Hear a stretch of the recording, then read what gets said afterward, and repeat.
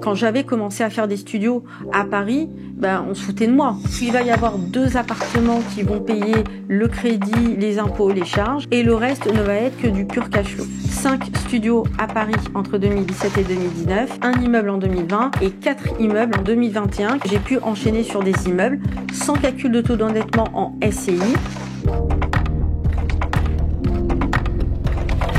Bonjour à toutes et à tous, je suis Amel Castel, je suis investisseuse immobilier et cette vidéo de ce jour est là pour vous raconter mon parcours. Je suis très loin des stéréotypes de dire voilà, vous allez devenir riche grâce à l'investissement immobilier en 2 jours, en 2 mois, en 2 ans. Ce n'est pas du tout ce que je pense et ce n'est pas de cette manière-là que je me suis construit des revenus locatifs vraiment sur du long terme. Mon parcours a été celui d'une ancienne avocate spécialiste donc du droit immobilier. Ce métier-là m'a montré déjà une passion pour l'immobilier, m'a montré surtout que en fait il y avait des personnes qui avaient réussi à se créer vraiment un patrimoine construit vraiment intelligemment, avec vraiment des stratégies et de la débrouillardise, mais vraiment avec l'idée de se dire, pour changer quelque chose dans sa vie, il faut vraiment passer à l'action. Et parmi les clients que j'avais donc en tant qu'avocate en droit immobilier, il y avait certes toutes ces personnes un petit peu issues de la haute société, qui avaient déjà hérité, qui avaient déjà de gros moyens et pour qui c'était facile d'investir, parce que c'était plutôt du patrimoine hérité. Et puis il y avait une partie de ces clients que j'avais où j'étais vraiment admirative, des personnes qui étaient ouvriers, des agriculteurs, des gens qui avaient réussi à se constituer du patrimoine à une époque où il n'y avait pas Internet et à une époque où il y avait juste les journaux et le réseau un petit peu off pour se renseigner sur comment on fait pour avoir un premier bien, un deuxième bien, un troisième bien.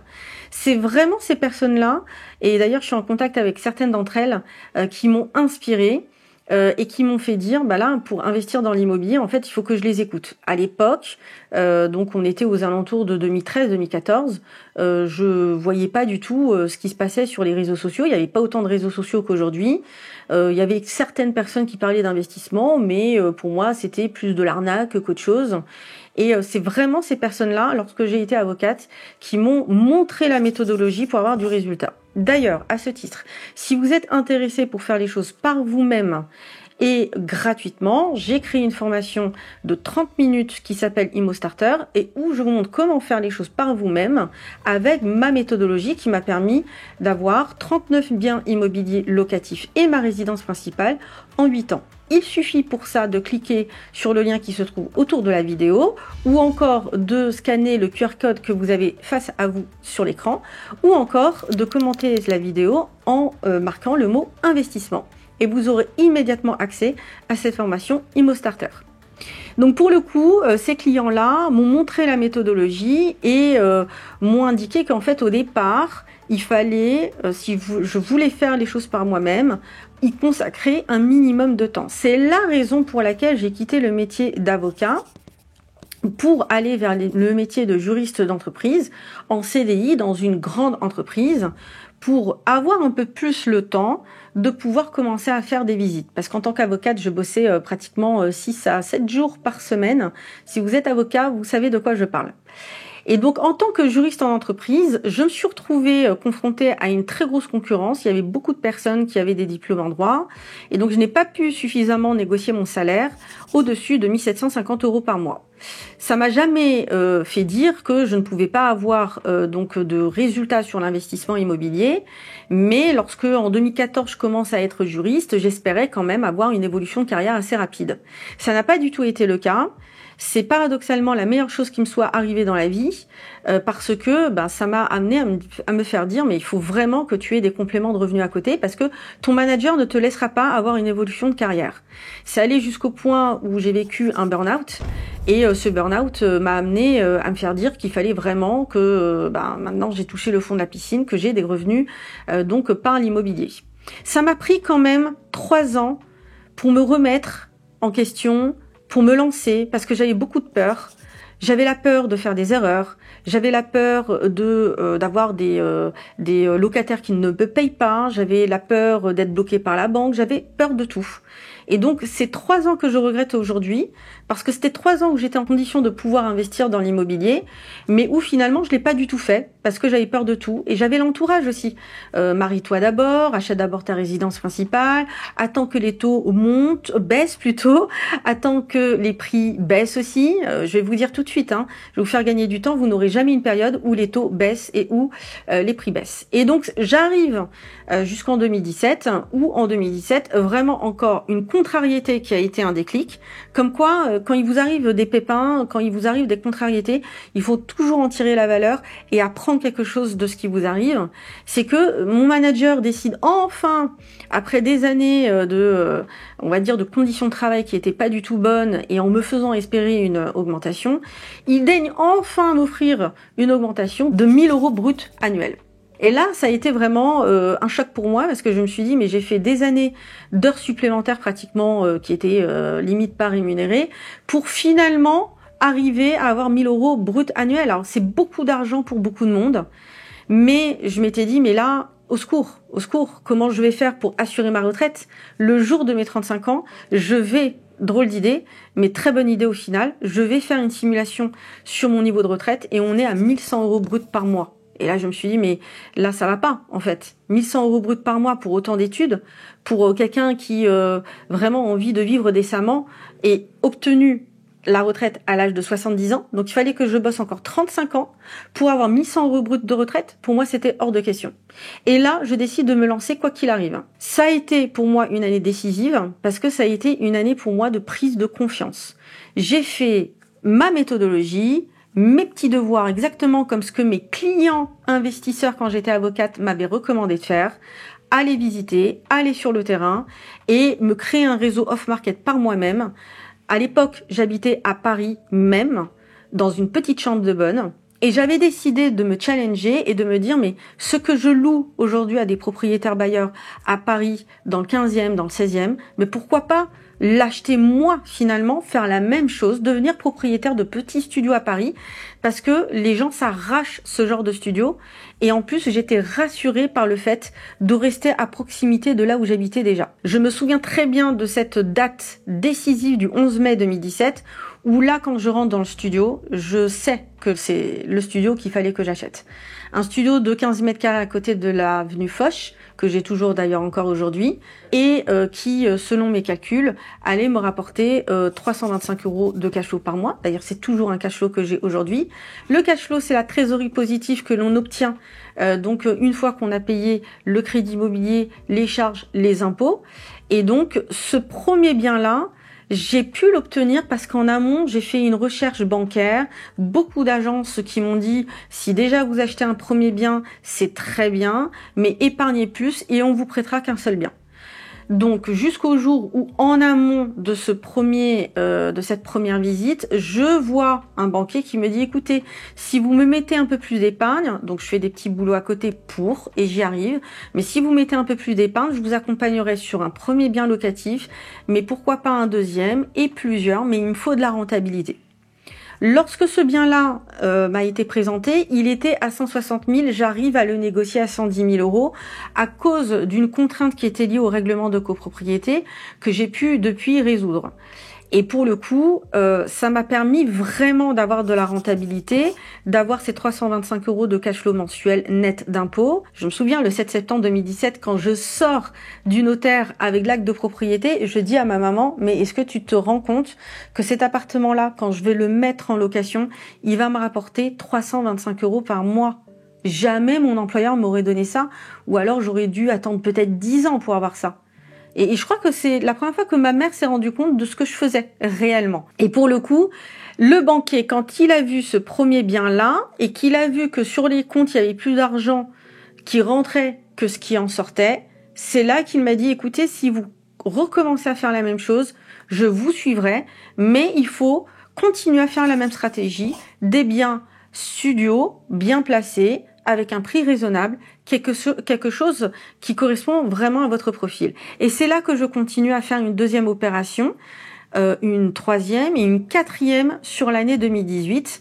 Ça a été une année où finalement j'ai dupliqué strictement exactement ce que j'avais fait en 2017.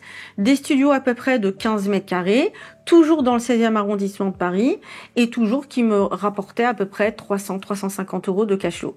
Et à chaque fois, le banquier était d'accord de me prêter. Je faisais un deuxième boulot à côté parce que je gagnais pas très bien. 1700 euros pour un niveau de vie parisien, c'est très compliqué. Et d'ailleurs, en 2018, c'est une année où j'ai déménagé dans plus petit. J'ai vécu dans 8 mètres carrés avec toilette sur le palier pour encore plus économiser sur mon loyer, pour encore plus épargner, pour pouvoir enchaîner les investissements immobiliers. J'ai pu ainsi, alors que j'étais propriétaire de 4 biens locatifs et que j'étais juste locataire de ma résidence principale, j'ai pu enchaîner en 2019 sur une très bonne affaire, puisque j'avais un propriétaire avec lequel j'avais déjà acheté un studio, qui était en très forte difficulté financière, qui avait un besoin urgent de revendre un studio de 21 mètres carrés, que j'ai pu vraiment très fortement négocier à 120 000 euros. On est au pied du Trocadéro, c'est vraiment normalement un studio qui vaut 250 000, 280 000 euros grand maximum, mais que j'ai pu fortement négocier parce qu'il était vraiment pressé de vendre et il savait que j'avais un banquier qui était capable de me faire une offre de prêt sous 48 heures. Il y avait quelques sujets quand même à résoudre, notamment avec des tuyaux d'eau à faire arriver, etc. Mais je faisais déjà partie du conseil syndical, donc j'avais déjà mes entrées pour pouvoir négocier tout ça. Donc j'en ai profité pour vraiment négocier à la baisse ce studio et il l'a accepté parce qu'il avait besoin de cash rapidement.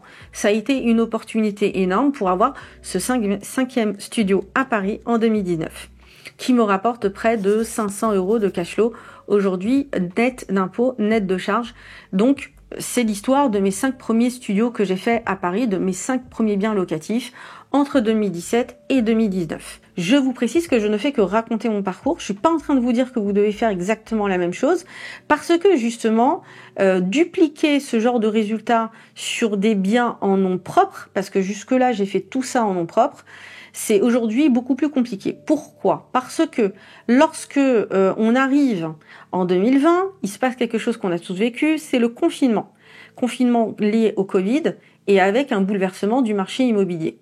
Beaucoup de propriétaires parisiens se retrouvent avec des studios qui se vident parce que les étudiants vont partir plutôt se confiner chez leurs parents en province dans des appartements et des maisons plus grands avec jardin. Il y a des propriétaires qui se retrouvent en difficulté. Moi, ça n'a pas été le cas parce que j'avais une garantie des loyers impayés, on va dire extrêmement stricte, donc on pouvait pas me faire des impayés ou négocier mes loyers et j'avais des profils de locataires qui venaient pas mal de l'étranger, donc qui étaient bloqués en France et qui étaient bien contents de rester d'ailleurs sur Paris.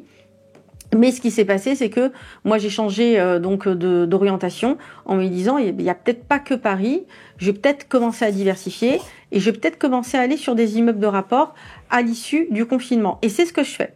Les immeubles de rapport, j'en avais entendu parler, mais ça me faisait très peur. Moi qui étais habituée à faire quelque chose à côté de chez moi, des petits studios, pour des moyennes de prix aux alentours de 150 000 euros, je me suis dit, mais à 150 000 euros, on ne trouve pas des immeubles de rapport en province. Si. Je commence à visiter des immeubles à 150 000, 200, 300 000 euros. Et là, je vois que pour ce prix-là, la rentabilité n'a absolument rien à voir.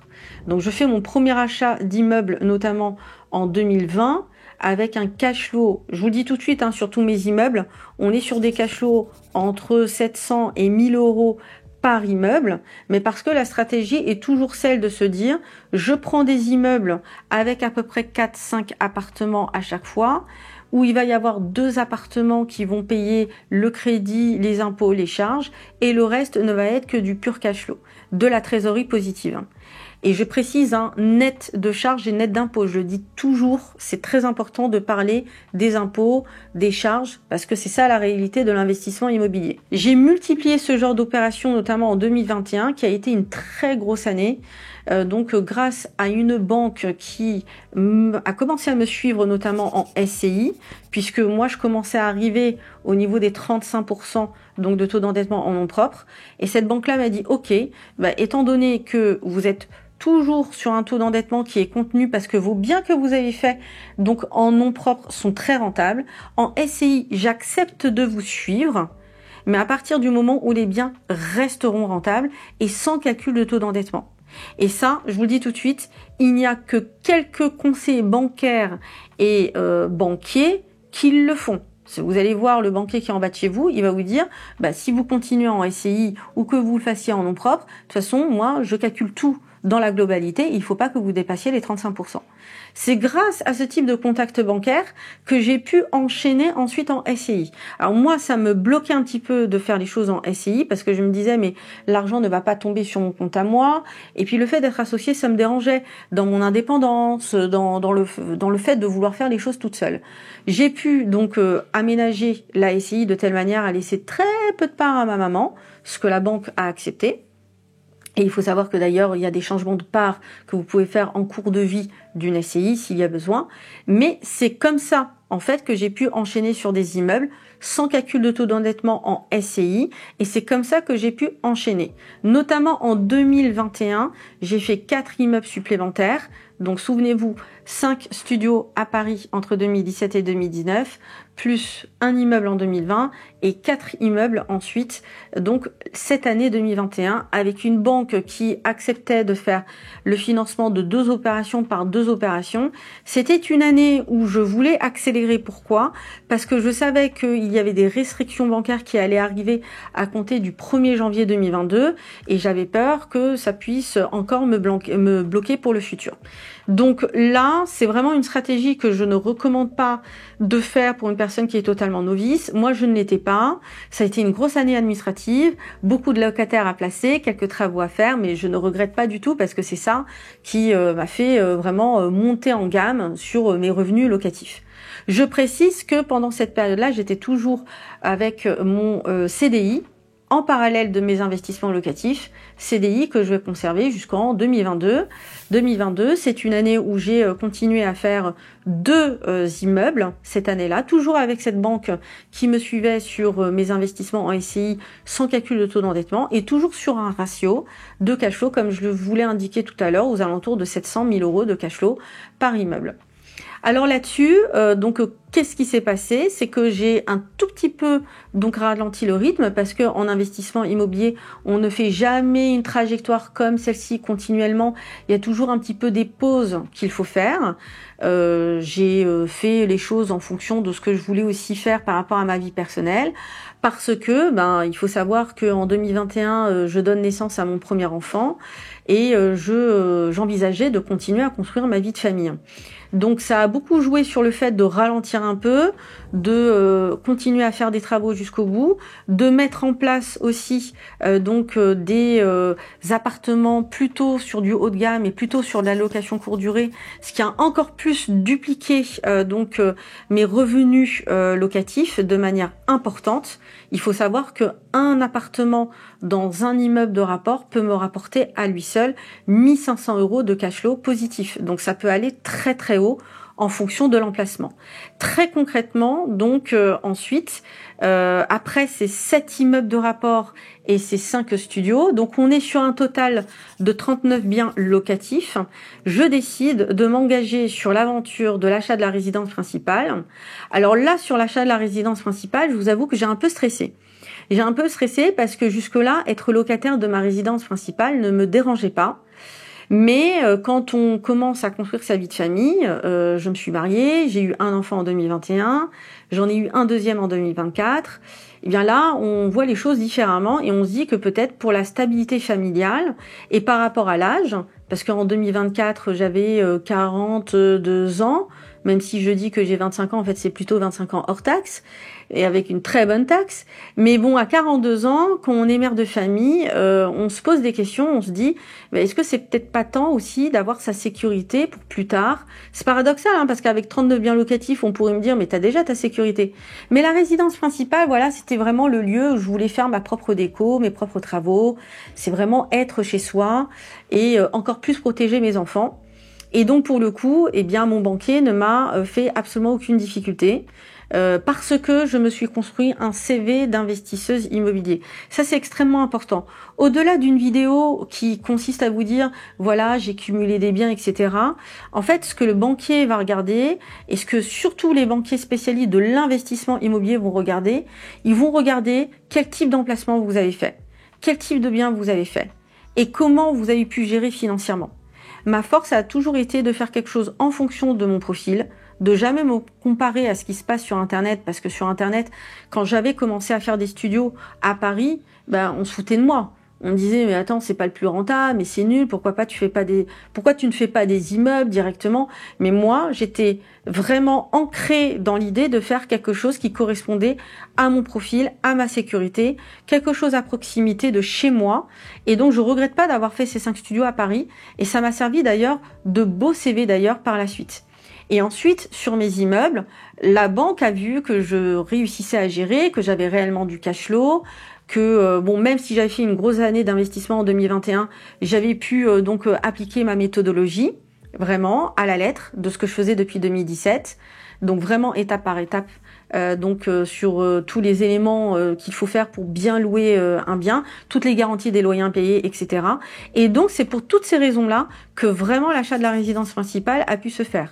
Ça a été un peu long, l'instruction du dossier, mais parce qu'il y avait beaucoup d'éléments comptables avec tous les biens que j'ai.